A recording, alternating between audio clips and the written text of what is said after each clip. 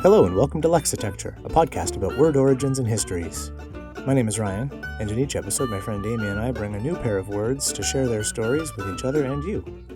You can find our past episodes and the occasional blog post on our website at lexitecture.com. Follow along with us on Twitter and Facebook at Lexitecture, and if you really like what we do, you can support the show at patreon.com/lexitecture. Today's episode, Pilates charisma. Okay, do you want to go first? Will I go first? I can go first, but before we do any of that, I was thinking there are congratulations in order. So much so. Sent us an email, and I didn't talk to her about this, so we should probably give her some modicum of privacy. So we're not going to name this listener, but we had someone send us probably the best email I've ever read when doing this.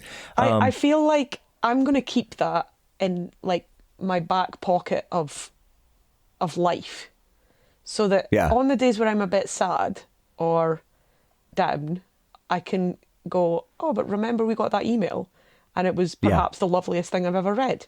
Yes, that's basically that's basically exactly it. So just to fill people in, one of our long time listeners and community members who has submitted stuff for word extravaganzas and fired off emails every now and then and comments on Facebook pages and such, sent us an email saying, with the subject heading, the slightly worrying subject heading of, "This is all your fault." And I play an optimist on TV fairly convincingly, I think, but I will admit that when I saw an email in the inbox saying, "This is all your fault," I kind of went... Waiting to be caught out is kind of my default state of existence. Yeah. Like I try to make a conscious choice to replace imposter syndrome with sly con man syndrome, where I kind of try to turn it around. So it's like, yeah, I don't belong here, but they don't know that. It's because I'm awesome. No, I'm full on imposter. Yeah. Oh yeah. Like I definitely am. They're going to find me whenever, but it's more of like a, how long can I get away with this? I'm constantly starring in my own private Ocean's 11 remake. It's all a scheme. But, I haven't seen any of those films, but anyway, onward. Yeah, Ocean's 57, they kind of ran out of steam, but Ocean's 11 was great. Does feel a bit like that. But anyway, so do we do tangents here? Weird. So we got this email saying this is all your fault, but the contents of the email was basically saying that this person had started listening to us and through our show had discovered a bunch of others with like way smarter than us shows like The Illusionist and some others. And it had basically resulted in her being interested in linguistics in a much more formal way than we could ever provide. And that she was actually going to be starting a master's in linguistics in a place that I have always wanted to just physically visit and be in. Trinity College in Dublin, whose library, if you have not seen it, is your life will be better. And this is a sentence that cannot be said very often. Your life will be improved with a Google image search. Yes, for sure. In fact, you've probably seen it on a TV show or a film. Yeah. At some point in your viewing history and gone, whoa, where is that cool place? That can't be real. It is real, and it's a Trinity. Trinners is for winners. And certainly you are a winner if you are into books and architecture and awesomeness. Oh, it's just so cool. But yeah, I thought that was amazing. Just so lovely. Humbling and lovely and made my day for sure. And so we are at all times and in all places wishing you, dear listener, all the very best in this endeavour. It sounds like it's going to be completely fantastic. Just so brilliant. And if, Dublin is not that far away from my Fair Isles, if you find yourself in Scotland, let me know. 100%. Absolutely nerd out about words. And just thinking about, like, they're not from Ireland. So this is like one of these going abroad and studying things. So it's sort of scratches two itches, and because obviously we only know each other because we made the slightly ridiculous decision to just, hey, you know where we should go is the opposite side of the world. Very just opposite. To see what happens. And I was only in Korea for like just shy of 2 years, but it has absolutely had a disproportionate impact on my life since then. Oh, yeah. So much so. Like everyone I know is sick of stories from Korea. Yeah. I'm sick of my own stories from Korea, quite frankly. Yeah. And yet I tell them all the time because, sometimes I wonder who I was before that. Mm-hmm. And if I was in any country inhabited by any of the people that I knew like 15 years ago and haven't seen since I left, I would absolutely call them up and be like, we should go for a pint. Yeah. And I would feel fairly confident that would work. And it would just be like, cool, let's do it. So I'm excited for her on the academic front and the fact that she's about to know way more about linguistics than we do. Oh, so much so. and also just the personal level and what that experience is going to could possibly hold in store. It's just great all over. Yeah, we are both super duper delighted. Thank you so much for sharing that lovely email with us, and all the very best. Yes. I can't wait to hear how it's going. It's going to be great. It's going to be great. Super. Okay. Shall we word? Shall we word? Yes. Okay. So, we just had a conversation about who was going first, and I don't remember what the conclusion of it was. Was there a conclusion? I don't either. I'll just jump in. Okay, go for your life. Because I have I have a good word that exemplifies how weird it is to try to figure any of this stuff out as far as nailing down dates and whatnot. I love it. But we're going to get there. So the word that I've chosen for this week is charisma. Ooh, what a beautiful word. It's always been a great word for me. And charisma to me is sort of like, it's a bit like porn to the US Supreme Court. Like, I have trouble nailing down exactly. I know it when I see it, is where I'm going with that, right? Like, I was not aware that the US Supreme Court had such trouble with pornography. Do you know who doesn't have trouble with pornography? The Tory MP who was caught this week by colleagues watching pornography while in the House of Commons. Oh. Yeah. Oh, I see. That's a thing. Maybe That's not this thing. week. I'm still a little bit hiding from the world, and so my husband told me about this story. I haven't read it myself, so apologies if any of those facts are incorrect. But there was certainly an MP caught watching pornography in the House of Commons. Oh boy. Yeah. So he obviously knows it when he sees it. Yeah. I don't know the case that was being decided, or even indeed the judge that said it, but it was a U.S. Supreme Court decision. It was about, I think it was possibly something to do with Larry Flint, but they were talking about the line between like just nudity in art and pornography, and it's gone down in the history of, well, I mean, I know a quote from a Supreme Court judge in a country in which I do not live, so it tells you kind of where it's at. But that was the line was, I know it when I see it.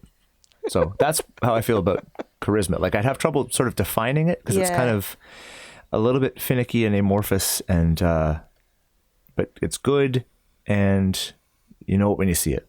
Characters that draw people into someone, let them kind of not sort of skate through life, because that feels like they're intentionally doing it in order to get something, which is sort of a byproduct sometimes, but just a magnetism of personality. Yeah. Does that sound reasonable? Yeah, I think so. So this sense, and as far as that's the only sense of this that I knew of before starting this. I don't know if you're from. There is, well, it comes, it goes back. But so the first citation from of this sense of charisma dates back to 1930. Oh. And right? So it's fairly recent, and it's kind of like talking about utopia and how Thomas More just sort of, we can pinpoint this word comes from this person, sure, who introduced it into English in this work, and away we go. so it's kind of like that, because this goes back specifically to Max Weber, the German sociologist, historian, social scientist, writer guy in the early half of the 20th century. And indeed, last portion of the 19th century. So it comes from him, and it's generally linked to his 1922 book, Economy and Society, which is the English title, the German title of which I am not going to attempt. We're so we're just so we're absolute pronunciation cowards. That's the phrase I'm after. Yes, no, it's true. Yeah, it's so, and I know this is terrible audio because it's just me hemming and hawing, but it's hard to nail this down, because in the book Economy and Society, which was published in 1922, he identified and sort of defined the term charisma that we know and use and love today. But it definitely had a more rarefied feel to it. Like charisma was not a thing that as many people had then as they do now in the modern sense of it. Pretty much anyone can have some level of charisma now. If the book was written in 1922, why is the first citation from 1930? I was wondering if you would ask that. I mean, I assumed you would ask that. It gets worse. So, okay. If you thought that was strange, the earliest English citation from Economy and Society was from the 1947 translation of Economy and Society. Okay, that makes sense. In the OED. The 1930 translation was from a different Weber book where he uses the word and sort of throws it out there, but the 47 translation of the 1922 book is where we get it really explained. Right. If that makes any sense. So it's used in context in the same sense, but because we're dealing with a word that is being used and translated and brought in from German to English. So Economy and Society came out in 1922. Right. Max Weber died in 1920. Oh God. So it was... You're twisting my melon, man. I know. So Max Weber wrote another book in 1905. Okay. That's the book whose English translation in 1930 gives the OED its first citation of charisma. Then in 1922, Max Weber dies. In 1920, Max Weber dies. In 1922, Economy and Society, which is his opus, is posthumously published. Then in 1947, it gets translated. Or in 1930, the earlier book gets translated, including the word charisma. In 1947, Economy and Society gets translated, including the word and an explanation of what he meant by it gets translated. And then from then on, charisma, that's what charisma means. Okay, got you. So it was one of those this is what we mean when we say it's impossible to know exactly when, even in this case where we know the guy who introduced it. Yeah. It still makes absolutely no sense. Yeah. To try to figure out exactly when it happened, because it's just so convoluted. And so you think we have evidence of this amount of convolution in the introduction of what it takes for a word to come into writing and being and into the dictionary. And we already have more stuff, and it was less than 100 years ago. So then you go, what about these words that it's like, oh, well, this shows up in 1512, right? So let that nestle into your brain folds a little bit, and you get an idea. So somewhere in the first half of the 20th century, charisma kind of calcifies into the current modern sense of it. And it's Max Weber's fault, basically. Okay. But the earliest citation for charisma with that spelling and that usage is from the OED. The OED cites it in 1875. Ooh. But in a slightly modified form of charism, just charisma without the A on the end. That goes back to the 1640s. What? And yeah. And charism was the singular form, the plural form of which was charismata, which is pretty cool. Yeah, that's just a fun word to say. That's better than charisma. It is. I wish charismata was the one that won out, I think, because it's neat. And this sense is strictly theological. And it means, as the OED writes it, quote, a free gift or favor specially vouchsafed by God, a grace or a talent, end quote. Oh, that's lovely. So that's what a charism, or that's what charismata were gifts, favors, a God's freely given graceful gift, something in that ballpark. Cool. The earliest form of charisma, that one from 1875, was from Encyclopedia Britannica.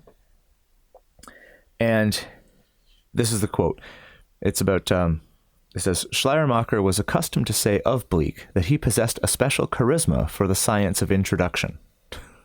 And this is one of those, I know all those words by themselves, but that it gives you the idea of having a special charisma. Yeah, I like that. A charisma is... I like that a lot. Yeah, not the way we use it now at all. Because when you were saying at the start, it's kind of hard to pin down. What I was thinking was, it is hard to pin down because there's no single set of traits that make up charisma. It's different in every charismatic person that you encounter. You can say, oh, so-and-so is really, really charismatic, but I don't know why it is because they're so very different from this other charismatic person. But to kind of, to make it a singular difference, that person has a special talent of some sort that is almost seems God-given. Is much, I like that. I think it's much clearer almost. Yeah, it makes a lot more sense when you have that backstory. And I think the other thing is we don't actually usually say charisma now. We'll say it, but I think more often it's the adjective. If someone is charismatic, you don't talk about them necessarily having charisma. I mean, you do, but I feel like the adjective form is a more common, and it's sort of the default way we think of it. It's a description, not necessarily a concrete thing you could sort of hold in your mind's hand, to ruin a metaphor. An abstract, I believe, is the word you're after. Hey, you know what? Listen, if the mind can have an eye, the mind can have a hand. And if the mind can hold a concept in its metaphorical hand, then is not that a concrete... Exactly. You can see something in your mind's eye. If we're going to have this kind of conversation, I need beer. This is the kind of thing that when we eventually hold our completely impromptu and informal word nerd symposium with Mark and Avon and Paul Anthony Jones and stuff in some sort of shady pub in Newcastle, this is the kind of thing we're going to be doing. Like, does the mind have a hand? What about feet? Does the mind have a hand? Can you wander down the streets of some foreign city with your mind's feet? I think you can. Just so you know, when I teach the concept of abstract and concrete to young minds, almost always I use the Johnny Cash song, That Thing Called Love. Okay. A, because I am cheesy, and B, because it's perfect. It's like you can't see it with your eyes, you can't hold it with your hand, but you know what it is. And that's generally, as a beginner, starter place, how I would define an abstract. You know it's there. This is why you teach people, and you know I do not. It's there, but you can't physically touch it, and you may not even be able to give it a physical description. You can give examples of it or examples of its effect, but you do not know what it itself looks like, or it's not a physical thing. Therefore, it's abstract. If you can touch it with your hand, it's concrete. But if you can touch it with a mind's hand, then you've completely blown my definition. But only with your mind's hand. Anyway, okay, this is, The more you say your mind's hand, the more crazy it sounds. You know what? I'm going to lean into this. This is the thing now. That's my new thing. Well, I believe, as we've said etymology is not an exact science, but I think this is sort of how words get created. This is the least exact thing I've ever done. Do we do tangents here? At one point it was possible to have a charisma for a certain thing. So you could have a charisma for teaching. You could have a charisma for public speaking, a charisma for math. Like it was just a special ability. And that was sort of the watered down form of this literally miraculous special ability. Nice.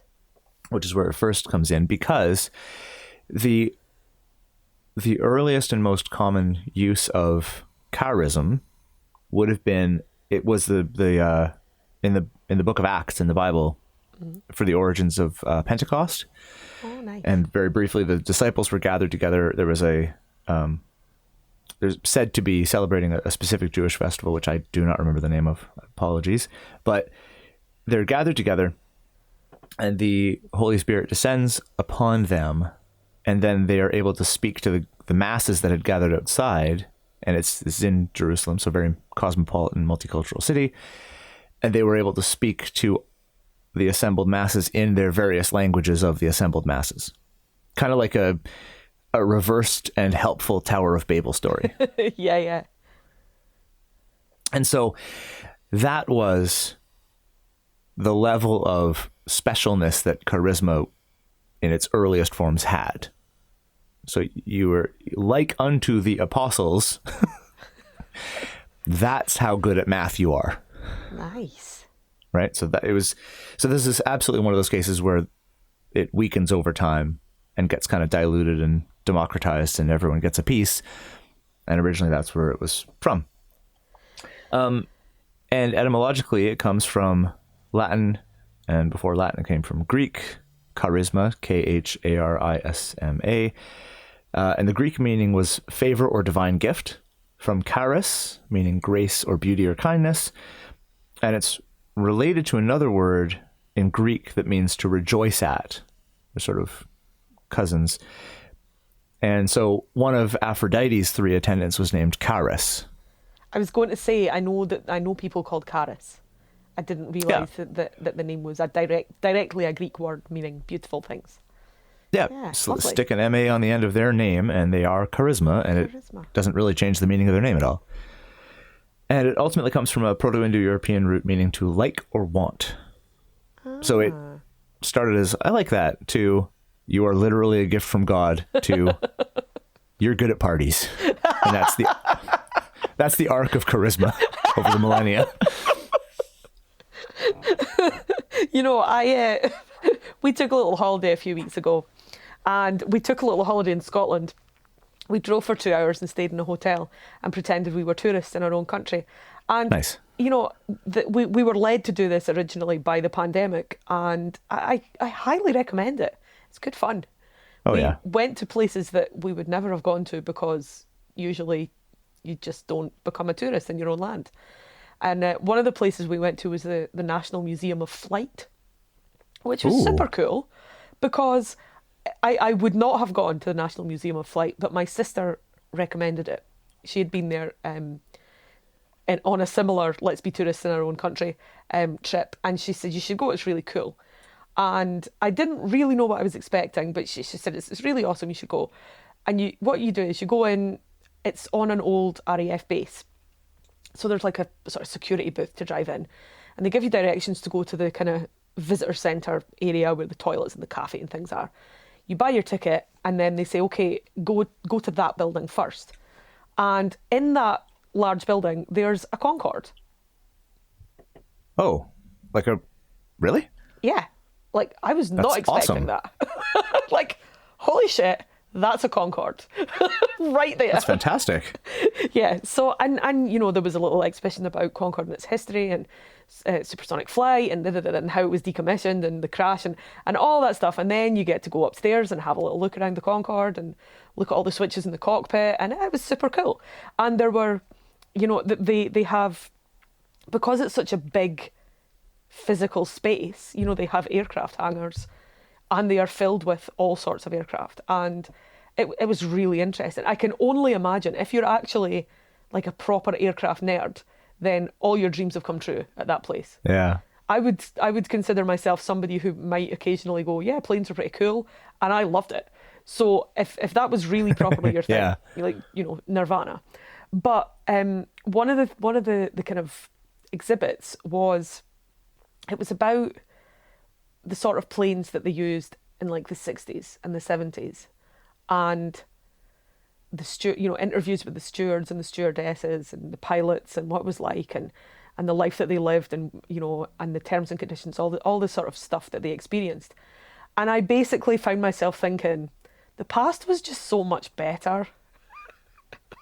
You know? And like, we've discussed at length how we're quite glad that we don't live in history. Yeah. Because there were so many ways to die. Young and horribly. Yeah. But the past was objectively garbage in a big picture sense. Like... But the sort of, the kind of near past, like the early 20th century past, what we were discussing, my husband and I, we were thinking about how, like, for example, look at Concorde. Excess, luxury, celebrity lifestyle, jet set, you know, and these days we're sort of bombarded with that kind of thing, whereas back in the 60s it was a sort of a rarefied, special charisma kind of thing. Yeah. And now you're like, well, anyone with a camera and some lights can, you know, become a star. And it's sort of, it's been democratized, which in one sense is a great thing, but in another sense, it just makes, like, the fact that you could have bespoke porcelain on a flight and silverware designed by, you know, Terence Conran or whatever. And it just, I know that, you know, nostalgia is a dangerous game, but looking back on the time when being an air stewardess was like going to parties and being invited to embassies and hanging out with film stars, you know, whereas now I feel like if you're an air steward on a budget airline, you work fucking hard, you know? Yeah. And you probably don't get paid as much money as you should for what you do. And the hours are long, and it's physically demanding, it's emotionally demanding, and, you know, things just seem more fun in the 50s and 60s, is what I'm saying. You do all that stuff just to get made fun of by the Foo Fighters in an amazing music video. Exactly. Yeah, I feel like there's layers to it, especially with sort of recent past stuff, because on the one hand, they're often examples of things that are what I like to call needlessly beautiful. Yes. Like there's a water treatment plant in the east end of Toronto. Okay. That is like, it's a water treatment plant. A water treatment plant does not need to be beautiful. It is possibly the most utilitarian thing I can think of. This water treatment plant is objectively gorgeous. Like, see, for no reason. I love that. Yeah, there's no reason for it. There's no reason for there to be Art Deco accents and fountains outside and this beautiful stone, just gorgeous building mounted atop like this sort of bluff that looks out over Lake Ontario. Like, it's a beautiful place to be. Why do I want to go walk around the grounds of a water treatment facility? Well, quite simply because someone bothered to make it beautiful. That's exactly it. And like Harvard was the same way when we were there. Man. We were commenting on that all the time. Like, that's a cemetery wall. Why is it gorgeous? Yeah. What, like that kind of thing. So there was an element of that, I think. It just kind of feels like everything. Now, you know, I know there were poor people in the past too. I'm not an idiot, but you know, I look at, like, I live in an area of Dundee where there are quite a lot of fairly old buildings, fairly old houses, and you look at the construction of these old houses and you think, why did we stop building houses that look like that? And the simple answer is because it costs a lot of money to do that, and other cheaper, faster ways were found. whereby you didn't need a stonemason to come and, it was less expensive but also they don't look as nice, Yeah. Just things did get cheaper and they got more available and they got more convenient and all of those things are good things, but also, yeah, the idea that something could be needlessly beautiful. I wish that needless beauty was available to everyone, I suppose is what I'm saying. Yes. It's not the world that we live in, but I wish that it was accessible and affordable for someone to say, you know what, I would like my shed to be really beautiful for no reason other than that I'd like to look at it every day and feel that little glow of happiness. Yeah, pretty things are nice to look at. And so I'm a bit disappointed that charisma has been diluted and watered down into good at parties. I mean, I love people who are good at parties, but you know what I'm saying. Definitely. Yeah. Charisma. Yeah. That's fantastic. I do love ata ending Greek-ized words. There's a textbook of rhetoric called the Pro-Gymnasmata. And that's so cool. It's so cool. And I love it because I'm highly pretentious and learning about rhetoric is entirely my jam. But it's the gymna bit. You remember Andy Hallenbeck talked about this. Basically, it means exercises. So these are exercises for rhetoric. And it takes you through how to use all the various different figures and techniques. And I love it. But the word is so satisfying to say. It really is. And if you're not thinking about stigmata at this point, then what's in your head? And if that's not a super cool word, then what are you even doing here? Yeah. Gymnasmata. Yeah, that's charisma. so cool. Charismata. Mm-hmm. Awesome. So I find myself in the unusual position of sort of having a choice about which word I talk about next, which I suppose means that I could engineer the title of the episode, which is something that we try not to do. So purely for that reason, for my own ridiculous rule that we kind of made up accidentally, I'm going to stick with my original word, even though there are valid reasons why I could have talked about the other one off the heels of what you said about charisma. That's woman's got to have a code. Yeah, exactly. What are we without a code? Just meaningless beasts. And in fact, you sort of accidentally inspired me to research this word and to think about this word, because the word that I'm going to talk about today is Pilates. Oh, okay. Yeah. So, this is a dear reader. So I used to be a yoga teacher, and currently I'm training to be a Pilates teacher for lots and lots of reasons. The main one being because I wanted to, but other complicated things have arisen in my life whereby I don't teach yoga anymore, but I'm very much looking forward to teaching Pilates. However, Ryan and I had a small exchange where I was at training last weekend. We couldn't record an episode, and we had a little exchange about Pilates, and I thought, this is actually a surprising number of people have this reaction when I talk about this. So maybe the listeners of this podcast, maybe they might enjoy it too. And Pilates, people are often surprised to discover, is an eponym. And you remember when we first talked about eponyms on this podcast, don't you? The first eponym I recall discussing was one Mark Pancake. I love Mark Pancake. Good old Mark Pancake. Because an eponym is, according to Wikipedia, a person, place or thing after whom or which someone or something is or is believed to be named. And, there are literally thousands of eponyms in the English language. Some of my favourites, jacuzzi, just because the Jacuzzi brothers sound like they'd be awesome fun. Yeah. And biro, of course, the pen after Laszlo Biro. And Pilates, the method of exercises compiled and created by Joseph Hubertus Pilates. And people crack up when you tell them that Joe Pilates is a person. It's because Joe Pilates, like that's what they would call it if they were jokingly making up. Like Joe Pancake would have been probably the default like, oh yeah, sure. Thanks a lot, Joe Pancake. Yeah, so get a little Joe Pilates over here. So this is exactly what people in my life do, which has led to Simon Yoga being suggested as another one, and Kevin Zumba, and other such. I think my favourite was one of my friends said, "What, like Colin Jazzercise?" Colin Jazzercise.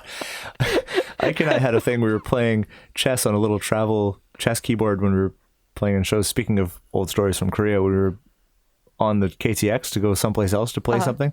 Ike and I were playing chess, and somebody bumped one of us, and the chessboard kind of was rattled. But because it's a travel chessboard, all the pieces were magnetic. And I just went, "Thank you, Joseph Magnetism," for inventing magnets. And so from then on, in my head, Joseph Magnetism was the inventor of magnets and magnetism in general. Makes perfect sense. Well, in fact, Joseph Pilates is the inventor of Pilates. Fantastic. And this is interesting because he never referred to his method by the name Pilates. He didn't. He called it the method. In fact, he called it, and this was what Ryan and I were talking about, he called it contrology. It's so good. It's so good. It's a lovely name. And he published a book, Return to Life Through Contrology, is the sort of seminal Pilates text, if you're interested in the method. And he was a really interesting man, Joseph Pilates. He was born in Mönchengladbach in Germany, which is a fairly small, fairly obscure sort of place. And he travelled to Britain, and World War One was breaking out, and because he was an enemy alien, he was interned at Knockelo internment camp on the Isle of Man. Right. And this was pretty crappy, of course, pretty terrible.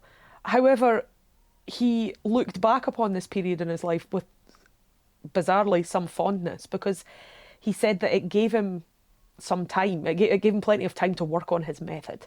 Now, what he called his method, he compiled 34 exercises, bodyweight exercises that can be done on a mat without any special equipment. And these exercises, the classical 34 exercises, are intended to be an expression of what a healthy body can do. So if you have a healthy musculoskeletal system without any injuries or restrictions, you should be able to do all 34 of Joe's exercises. Now, yeah, I take a moment to, just in case you're ready to jump in your car, drive to your nearest Pilates studio and throw yourself into a mat class, it might not work out so well for you like that. Because Joe came from, Joe came from a time when people worked harder physically, for the most part. In terms of their daily lives, people moved more. The manual labour was more of a thing for more people, and life was not as physically easy as it is in lots of ways. So Pilates wanted the whole world to practice his method. He wanted everybody to have this healthy body, healthy mind. He was very kind of, he thought that the two were inextricably linked. And so when the war was finished, he eventually found his way to New York. He married, his wife was called Clara, and they began teaching his method in a little studio very close to lots and lots of dance schools, which turned out to be a pretty useful setup for him. He taught a lot of dancers. But he never ever said, "Come and do Pilates with me." It would be a bit like saying, "Come and do me with me. Come and do my exercises." Yeah. So he called it contrology. And he discovered quite quickly that lots of people couldn't do these exercises, these 34 classical mat exercises. People who were injured, people who just hadn't led the sort of life that led them to have a healthy spine. And so he then began inventing, with the help of his brother Fred, another hilariously generic name. Oh, Fred Pilates. So Joe and Fred created several Pilates apparatus. There's tons of apparatus. The Universal Reformer, which has that same sort of twinge of Soviet nostalgia about it that contrology has, I always think. So well, also, the elephant in the room here is that all Pilates equipment anywhere ever looks like it was devised by the most sadistically creative torture chamber grand wizard ever.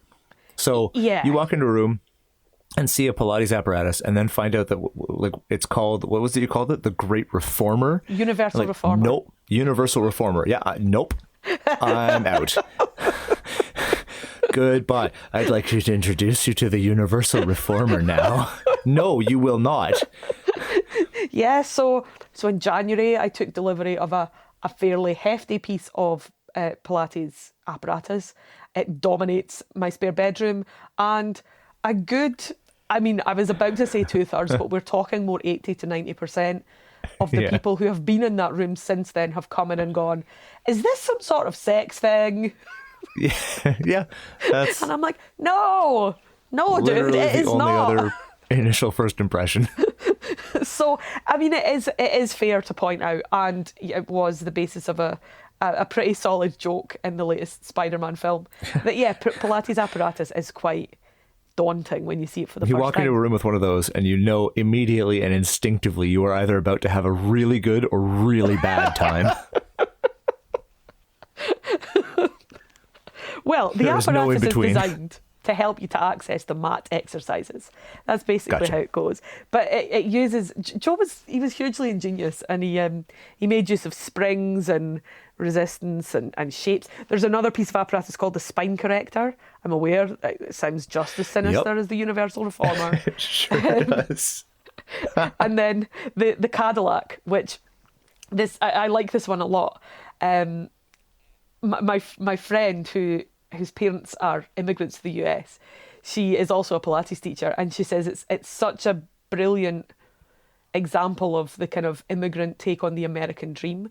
So the piece of apparatus that he considered to have all the bells and whistles is called the Cadillac. Nice. Because that's, in America, that's how you know you've made it. You've got a Cadillac. It's the fanciest, most swish thing that there is. So Joe's Cadillac, I quite like the naming of that. Anyway, etymologically speaking, rather than just talking about Pilates, which you probably guessed is something that I can do for quite a long time in quite a lot of detail. So the first written citation of this is from 1930. Again.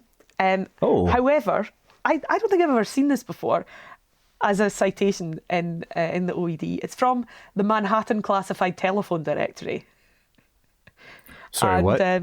So it refers to Pilates Universal Gymnasium, the listing in the phone book for Joe's studio.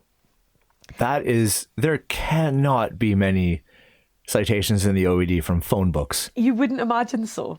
No, I really, I like that a lot. And, that's so cool. And then quite a few of the other citations actually come from Joe. There aren't tons given in the OED. There's only 6. The next one is from Joe. He wrote a book called Your Health, or perhaps an article. Normal anatomical balance in every position taken is only possible in the Pilates health bed. Now, if you want to capture a little bit of what Ryan is talking about of that, this is surely an implement of torture. Have a little Google of the Pilates health bed. Joe slept on one, his wife slept on one. Apparently they were very comfortable. I haven't ever seen one other than in the pictures of Joe's, Joe's own self-built examples of these. But there will be some collector out there or some enthusiast out there who's sleeping in a Pilates bed. Then we get a citation from Return to Life Through Contrology. As I said, Joe's book. And then one from a dance magazine. This is also a hilarious citation. I don't know who it's about. I don't know if it refers to Joe himself, but it says he has a Pilates bednasium in his dressing room for rest and exercise between shows. I don't know if I want to look too hard at the word bednasium, but I do like it. Bednasium? That what? How is this the first time? I'm 40 years old. How is this the first time ever hearing the word bednasium? Bednasium. Well, there you go. You're welcome. And then 1977, we have many of the company's dancers followed the Pilates system. And then from 1999, The trend for softer, slower, stretch-based exercise classes that focus on body awareness will continue to grow, with more yoga, ballet, Feldenkrais and Pilates classes available nationwide. So yeah, the Pilates system of exercises, it's a very, it's a very straightforward etymology in contrast with charisma. The guy was called Joe Pilates, and thus his exercises are called Pilates.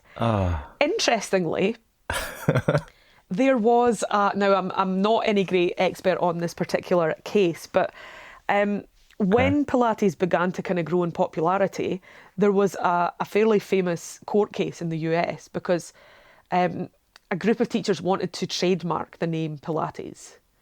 And if they had been able to do that, then, basically they would have controlled the brand. They would have controlled how it's taught, how it's practiced, how studios operate, all of that stuff. It would have been big business. Yeah. But it was ruled that Pilates was a generic name for these systems of exercise, and so it could not be trademarked.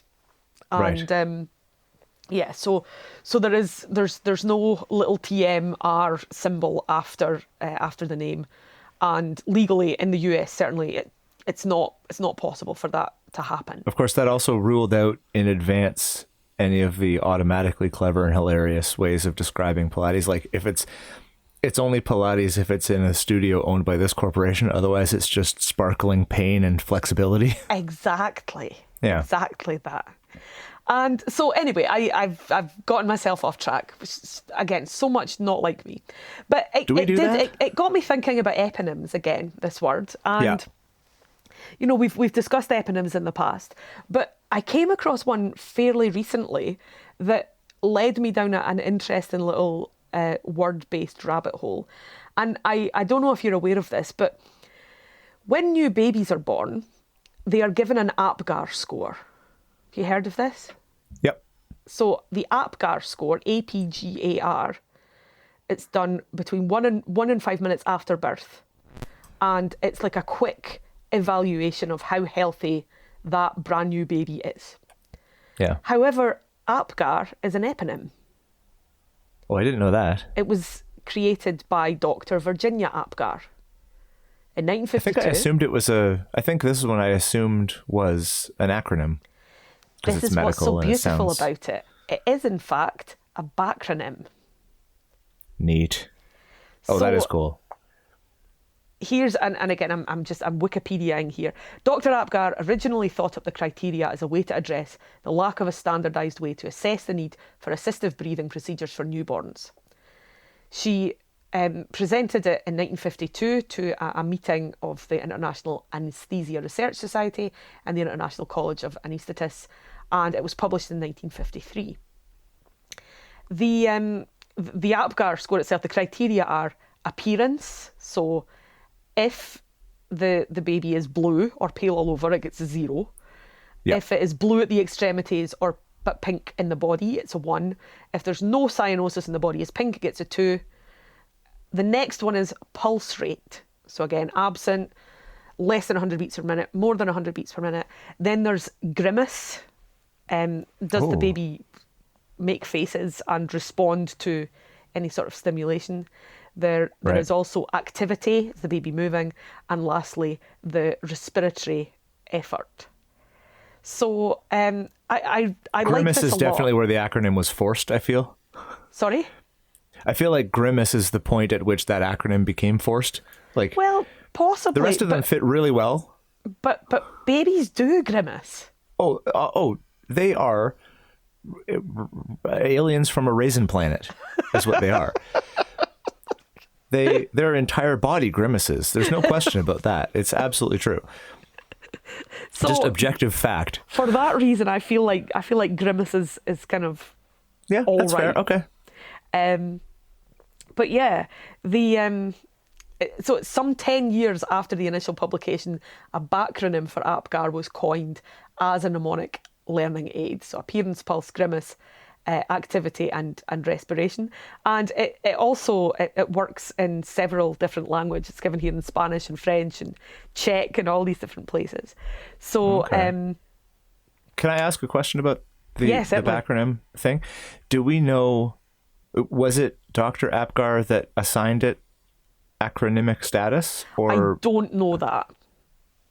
Because my first, first of all, I want to pause and just reflect on the reality of what was going on and the ovarian fortitude of a woman in the early 50s presenting to a college of, American College of Anesthesiologists. Like, the fact, I'm shocked that there was, a woman was allowed, quote unquote, to, the hostility in that room must have been intense. Quote unquote. I don't know a great deal about Dr. Virginia Apgar, but she, every picture that I've ever seen of her says to me, this is a formidable woman. Yeah, and, I feel like you'd have to be. You're quite correct. There were not tons and tons of obstetric anesthesiologists who were women at that time. I certainly wouldn't imagine. So my cynical thought on the acronym was, I wonder if this was an attempt to not have this woman's name tied to it. Oh, it's not named after the woman. It's named after the features of the test. You know what I mean? Which is very cynical of me, but I live in the world, so. I don't know. I don't know about that. Now, I should point out also, I really hate the word backronym. Yes. It's offensive to me for some reason. But I do like the concept of a backronym, although sometimes they're so obnoxious it's just, it's not even true. And here are some of them. This was my rabbit hole. I found myself backronymmed up, and oh, okay. And so I did a little bit of investigating into some backronyms, and here's one that I was so totally taken aback by this.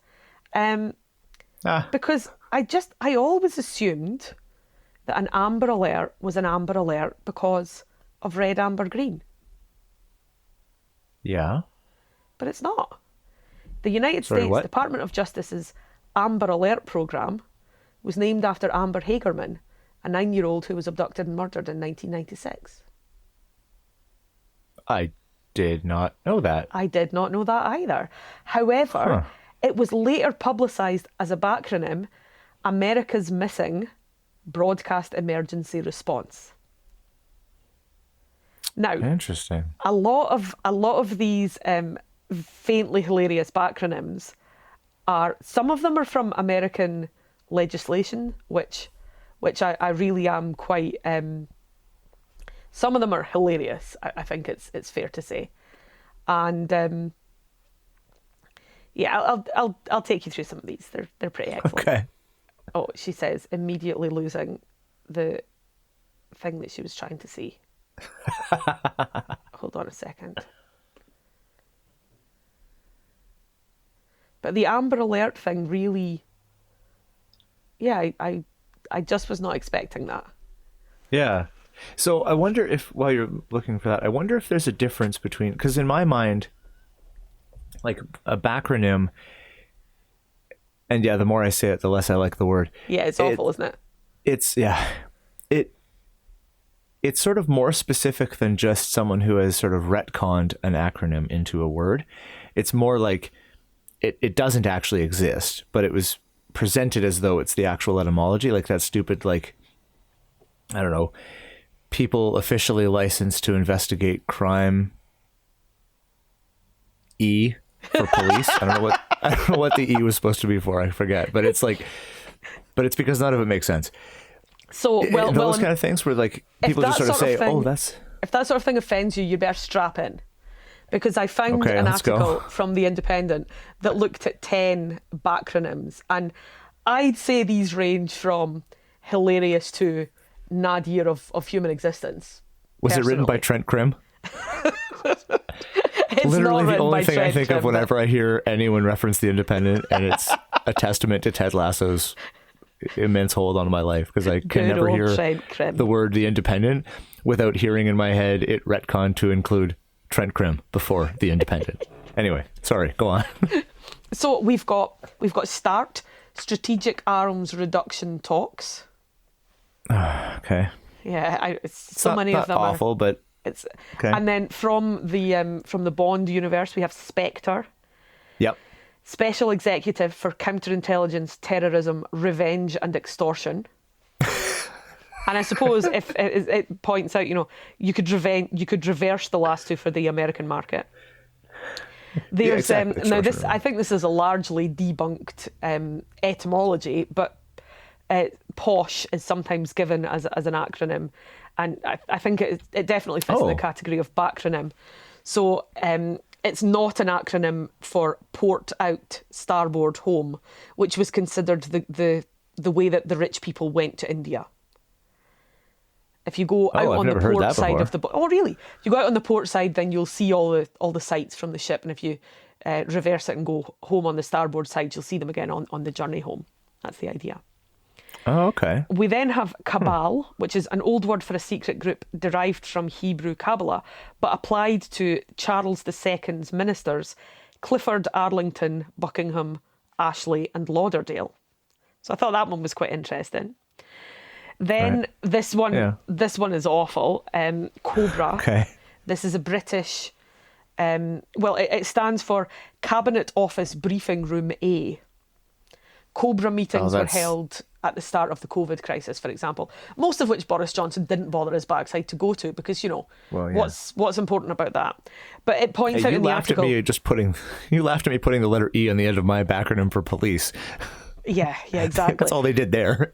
There's no briefing room B, but it sounds better than Cobra. So it became Cobra. Yeah. Cobra, right. We also have Action on Smoking and Health, ASH, the anti-smoking campaign group. Right. My favourite of the list is Gross. Get rid of slimy girls. Oh, slimy girls, yeah. Good old Calvin. Good old Calvin.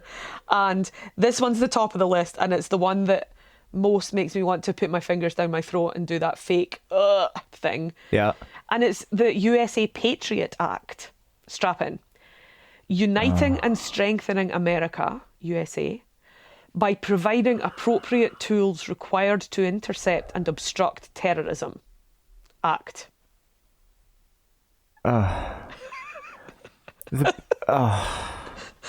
That's not how laws should be made.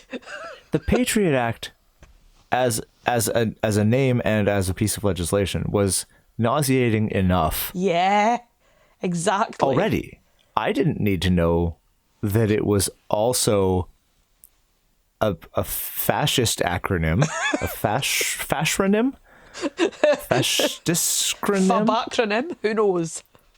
Fascronym. I hate it. I hate it. Yeah, I hate it too.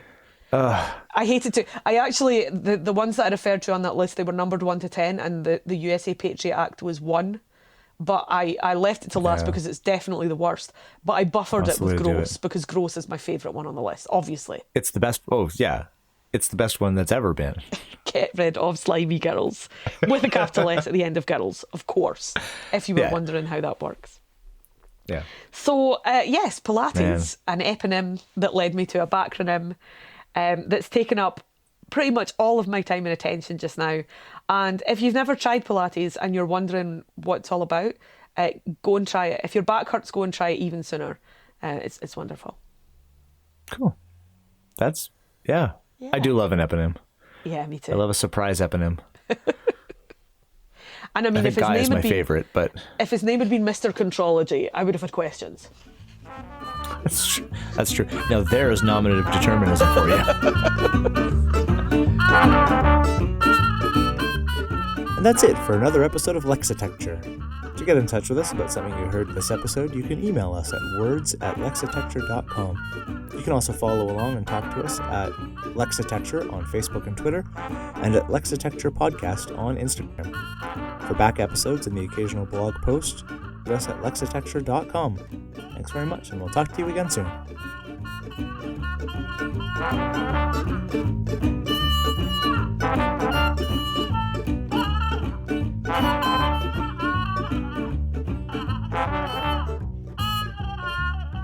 Bye.